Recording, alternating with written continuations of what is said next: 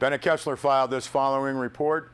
In a 6-page letter to the Los Angeles Department of Water and Power, Inyo's water director says LA has violated the long-term water agreement with its new ranch leases because they give less water and less control over water than the agreement allows.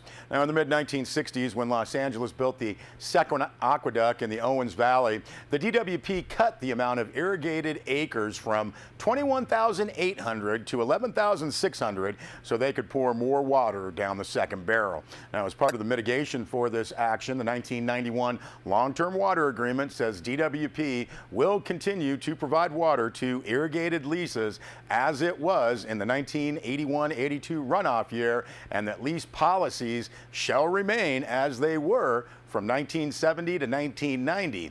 The Inyo Water Department now says DWP's new leases violate both promises. They give less water to Owens Valley ranches and change policies on how lease water is handled.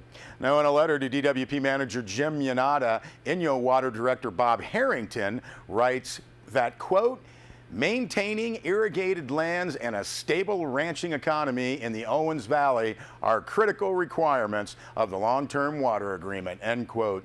Harrington's letter says in the mid-1960s, DWP cut irrigated leases by more than 10,000 acres, but did offer a firm water supply, generally 5 acre-feet per acre. Not anymore. Now, the new ranch leases say DWP will deliver water, quote, up to, end quote, 5 acre-feet per acre to ranches and, quote, up to 3 acre-feet per acre for enhancement and or mitigation pastures. Now, the up to language gives DWP the power to deliver a lot less. There is no longer a guarantee of 5 acre-feet per acre. The new leases also say that during irrigation season, stock water will not be provided concurrently with irrigation water as it has been for many years, and that DWP might charge for stock water. Lease language also says DWP has unilateral power to reduce water supply to irrigated lands. The water agreement says both Inyo supervisors and DWP, not DWP alone, will make any changes in irrigation. Water Director Harrington urges DWP to revise its ranch lease terms to make them consistent with the water agreement and provisions of the 1991 EIR that is part of that agreement. DWP manager Yanada indicated he is reviewing Harrington's letter and will respond in the coming days.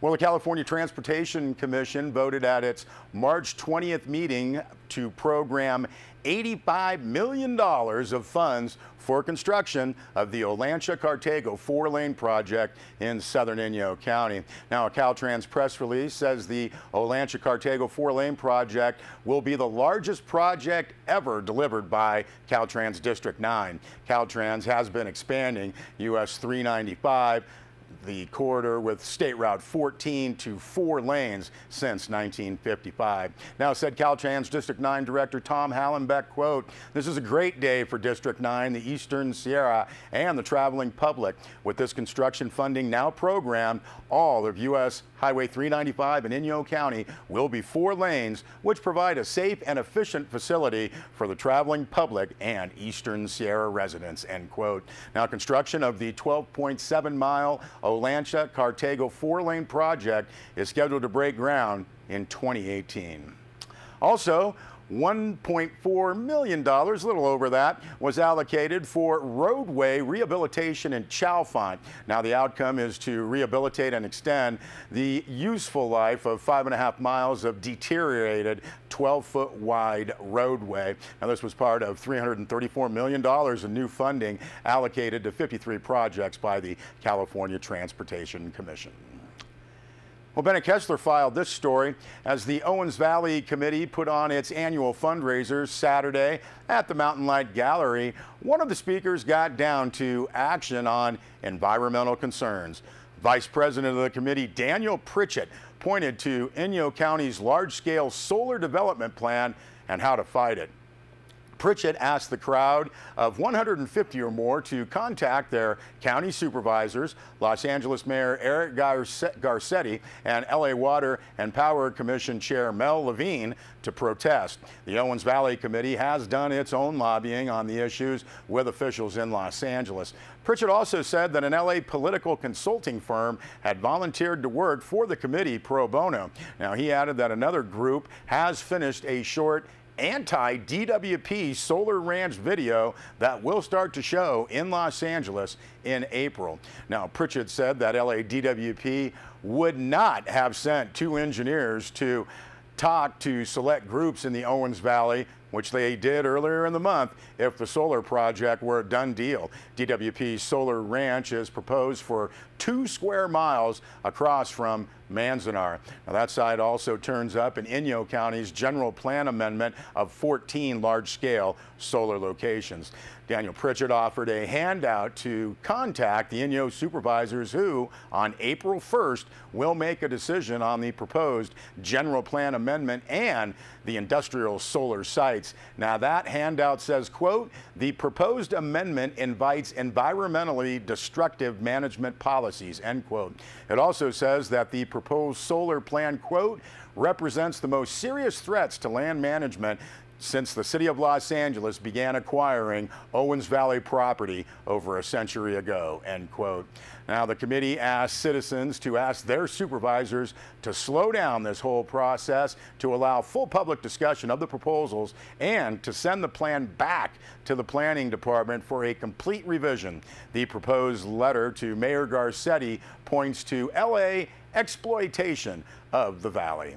Pritchett ended his presentation with the Owens Valley Committee vision statement, which says, quote, "We envision a valley in which existing open space is protected, historic land uses sustained, and depleted groundwater reserves and surface water flows are restored as Los Angeles phases out its dependence on Owens Valley water," end quote. Well, property owners in the town of Mammoth Lakes who would like to replace old wood stoves with more efficient and cleaner heating systems may now qualify for up to $2,000 toward the cost of the new heating system. Now, to qualify for replacement costs, the existing wood-burning system, that's a wood stove or open fireplace, must be a building's primary heat source, must be located within the town of Mammoth Lakes limits, and it must fall into one of 2 qualifying categories. Now, for homes or buildings purchased in 1990 or earlier and still relying on pre-1990 wood-burning systems, $1,500 may be available toward the cost of a new EPA's Phase 2 certified wood-burning stove or fireplace, or $2,000 toward the cost of a new EPA certified pellet stove or gas heating system. Documented proof of property purchase date is required. Also, number 2, for wood stove models currently being used that are newer than 1990 EPA Phase 1 or 2 certified, $2,000 may be available toward replacement costs for a new, cleaner burning pellet stove or gas heating system. Now, this applies to replacing post-1990 wood stoves with pellet or gas, propane or kerosene systems only. Now, funding is limited and available for 2 months only. It'll be sooner if the funds do run out, and this is through a first-come, first-served basis.